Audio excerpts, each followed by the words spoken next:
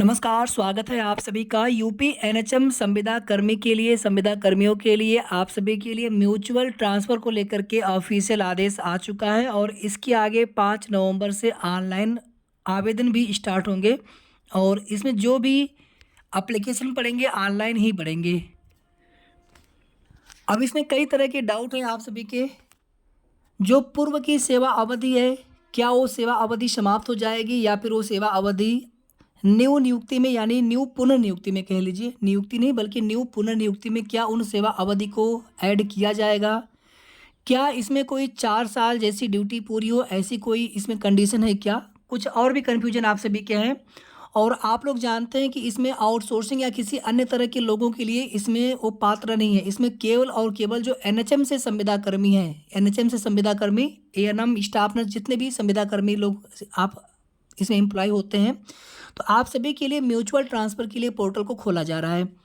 अब इसमें देखिए मांग क्या हम लोगों की थी कि अस्थायी ट्रांसफ़र की पॉलिसी बने, एक अस्थायी नीति बननी चाहिए। अभी ये जो पॉलिसी आई है 2024-25 के लिए, फिर आगे पॉलिसी लानी पड़ेगी ट्रांसफ़र के लिए, तो कोई ये फिक्स पॉलिसी नहीं है और इसमें भी एक अस्थायी पॉलिसी बनना चाहिए, ना कि म्यूचुअल ट्रांसफ़र ही नहीं, उस तरह के भी स्थानांतरण, अंतर जनपदीय स्थानांतरण होने चाहिए।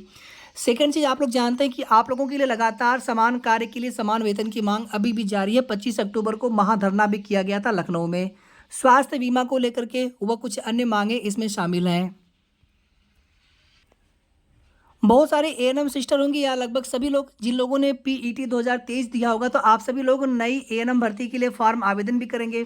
तो इसके लिए भी आप सभी के मन में सवाल है कि वहाँ पे हम अपना अनुभव कैसे लगाएंगे, कितना अनुभव हमारा मान्य किया जाएगा, अनुभव प्रमाण पत्र बनवाना कब है, अभी बनवाना है या फिर बाद में बनवाना है, क्योंकि फॉर्म आवेदन 28 तारीख से स्टार्ट हो जाएंगी। कल से आप वीडियो जब भी सुन रहे होंगे तो 28 अक्टूबर से ऑनलाइन आवेदन स्टार्ट हो जाएगा यूपी SSC एएनएम 5272 पदों पर नई भर्ती के लिए।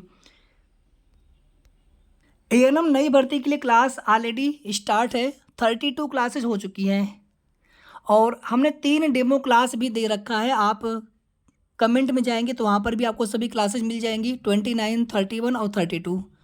और भी कोई क्लास आपको चाहिए होगी तो हम आप सभी को प्रोवाइड करा देंगे। ये सभी के सभी डेमो क्लास के रूप में हमने आप सभी को दे रखा है। हालांकि ये सभी क्लासेज पेड बैच वाली क्लासेज होंगी। और इतना ही नहीं, आप अगर अभी से भी बैच ज्वाइन करते हैं या 2-4 दिन में आप बैच ज्वाइन करते हैं तो आपको पुरानी क्लासेज भी हम देने की पूरी कोशिश करेंगे, ताकि आप सभी का कोई भी नुकसान नहीं होना चाहिए। कोई भी मैटर हमारा कॉपी पेस्ट आप सभी को नहीं मिलेगा, सभी के सभी बिल्कुल यूनिक मैटर मिलेंगे। थियरी क्लास अलग मिलेगी, प्रैक्टिस क्लास अलग मिलेगी, प्रैक्टिस क्विज आप सभी को अलग से दिए जाएंगे, पीडीएफ आपको अलग से मिलेगा, पीडीएफ नोट्स आप सभी बना भी सकते हैं। सिर्फ आप सभी को वन टाइम फीस पेमेंट करना है। तो आप में से जिन भी सिस्टर को, जिन भी बहनों को क्लास ज्वाइन करना हो तो आप हमें डायरेक्टली इस नंबर पे कॉल कर सकते हैं, 9315707758। यूपी SSC एएनएम नई भर्ती क्लास को लेकर के। और बाकी आपको डेमो क्लास देखना हो तो डेमो क्लास का लिंक वीडियो के डिस्क्रिप्शन में भी है और कमेंट में आप जाएंगे तो वहाँ पर भी आपको सभी के सभी क्लासेज के लिंक मिल जाएंगे। 3 क्लासेज के लिंक हमने दे रखे हैं और ये तीनों क्लासेज पेड बैच वाली क्लासेज हैं, लेकिन आपको डेमो के तौर पे हमने यहाँ पर अवेलेबल करा दिया है। क्लास ज्वाइन करने के लिए आप सभी इस नंबर पर किसी भी समय कॉल कर सकते हैं, सिवाय जो शाम को 7 बजे से लेकर के 8:15 साढ़े 8 बजे तक आप सभी के लिए लाइव क्लास चल रही है वर्तमान में। और इसका टाइमिंग अभी आगे और बढ़ेगा, तो 7 बजे से लेकर के 8:30 बजे का समय शाम को छोड़ करके आप किसी भी समय आप इस नंबर पर कॉल कर सकते हैं क्लास ज्वाइन करने के लिए एएनएम। यहाँ पर एक इन्फॉर्मेशन और है, सीएचओ की जो एक वैकेंसी आई हुई थी जनवरी 2024 में, शायद नोटिफिकेशन आया था, एक बार देख लेंगे यहाँ पर 25/1/2024, ठीक है, 5582 पदों पर। तो इसमें देखेंगे कि मानदेय को रिवाइज किया गया है। पहले जो वेतन मान 20,500 रुपये था, तो अब नया वेतनमान या नया मानदेय कह लीजिए, वेतन मान न कर करके मानदेय कह लीजिए, तो नया मानदेय यहाँ पर 25,500 रुपये हो चुका है। पहले जो पीवीआई मिलता था मैक्सिमम अप टू 15,000, अब ये 10,000 हो चुका है। पहले वैकेंसी 5,582 थी, अब ये वैकेंसी बढ़ करके 7,401 हो चुकी है। तो इसे आप देख लीजिएगा। और इसमें जो अभ्यर्थी पहले आवेदन कर चुके हैं, दोबारा से आपको आवेदन करने की आवश्यकता है नहीं। जो लोग पहले आवेदन नहीं कर पाए थे किसी भी रीजन से, तो आप दोबारा से आवेदन कर सकते हैं। और यहाँ पर आप सभी देख सकते हैं कि 28 अक्टूबर से लेकर के 17 नवंबर 2024 रात 12 बजे तक, यानी 11:59 तक आप सभी फॉर्म आवेदन कर सकते हैं सीएचओ के लिए। जो अभ्यर्थी पहले के फॉर्म आवेदन नहीं कर पाए थे तो आप सभी आवेदन कर सकते हैं। बाकी जो लोग पहले के आवेदन कर चुके हैं उन्हें इस भर्ती प्रक्रिया में उन्हीं दस्तावेजों के आधार पर यथावत सम्मिलित कर लिया जाएगा। ऐसे अभ्यर्थियों को पुनः आवेदन करने की आवश्यकता नहीं है, अपितु ऐसे अभ्यर्थी द्वारा पूर्व में किए गए आवेदन में वांछित संशोधन किया जा सकता है। अब इस लेटर को आप सभी ध्यान से देखिएगा, म्यूचुअल ट्रांसफर वाले लेटर को।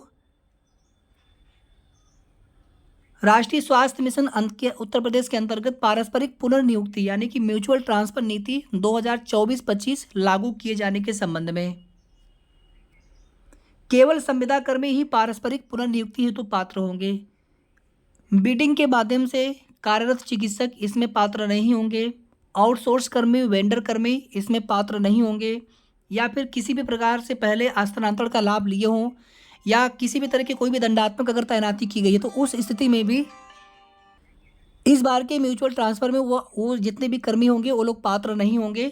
अब आगे देखिए आप सभी, ये म्यूचुअल ट्रांसफ़र के लिए पॉलिसी 2024-25 हेतु लागू की गई है और इस पॉलिसी को अस्थायी बनाया जाना चाहिए और म्यूचुअल न होकर के वैसे भी अंतर जनपदीय स्थानांतरण होना चाहिए। इसकी मांग लगातार जारी है। 5 नवंबर से ऑनलाइन आवेदन स्टार्ट होंगे और लास्ट डेट है 30 नवंबर 2024। सेम प्रोग्राम और सेम पोस्ट के लिए ही जो कर्मचारी होंगे, कर्मी होंगे, आपस में आप लोग म्यूचुअल ट्रांसफ़र कर सकेंगे, ले सकेंगे। यहाँ पर आप सभी देख भी सकते हैं, म्यूचुअल ट्रांसफ़र केवल समान कार्यक्रम के समान पद के कर्मियों पर ही मान्य होगा। केवल ऑनलाइन आवेदन स्वीकार होंगे। संबंधित संविदा कर्मी का अंतिम जो मानदेय होगा, जहाँ पर आप ड्यूटी कर रहे होंगे तो वहाँ पर जो लास्ट आपकी पेमेंट होगी म्यूचुअल ट्रांसफ़र के बाद नवीन तैनाती स्थल पर पूर्व में निर्गत अंतिम मानदेय के साथ आप सभी को तैनाती मिलेगी। वार्षिक वेतन वृद्धि तथा अन्य देयकों की गणना में पूर्व के सेवा काल का संज्ञान लिया जाएगा, यानी पहले आप जो काम कर चुके हैं बिल्कुल वो कंसीडर किया जाएगा, उसको ऐड किया जाएगा।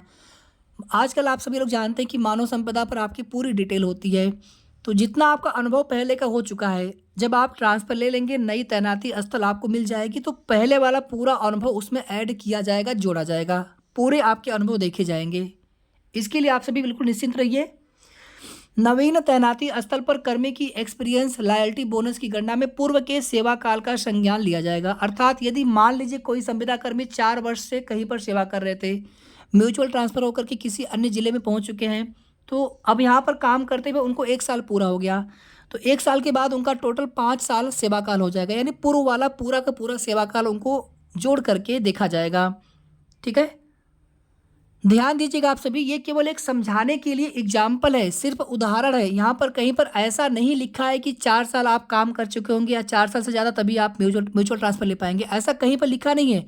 ये केवल समझाने के लिए है कि अगर आपने पूर्व में कहीं पर जितने भी आपने महीने, साल की सेवा अवधि, सेवा कार्य आपने वहाँ पे दिया है, जितना भी आपका सेवा काल है, नवीन तैनाती स्थल पर आपके पुराने वाले सेवा अवधि को ऐड करके देखा जाएगा, जोड़ करके देखा जाएगा। मान लीजिए आपने 1 साल ड्यूटी कहीं पर की है, 2 साल की है, 1.5 साल की है, नवीन तैनाती स्थल पर आप जाएंगे तो पहले वाला जितना भी आप काम कर चुके हैं उसको भी उसमें जोड़ा जाएगा, उसको देखा जाएगा। मतलब आपकी नियुक्ति ये पुनर्नियुक्ति है, लेकिन आपकी जो मूल सेवा काल होगी वो आपके पुराने वाले नियुक्ति डेट से ही देखी जाएगी।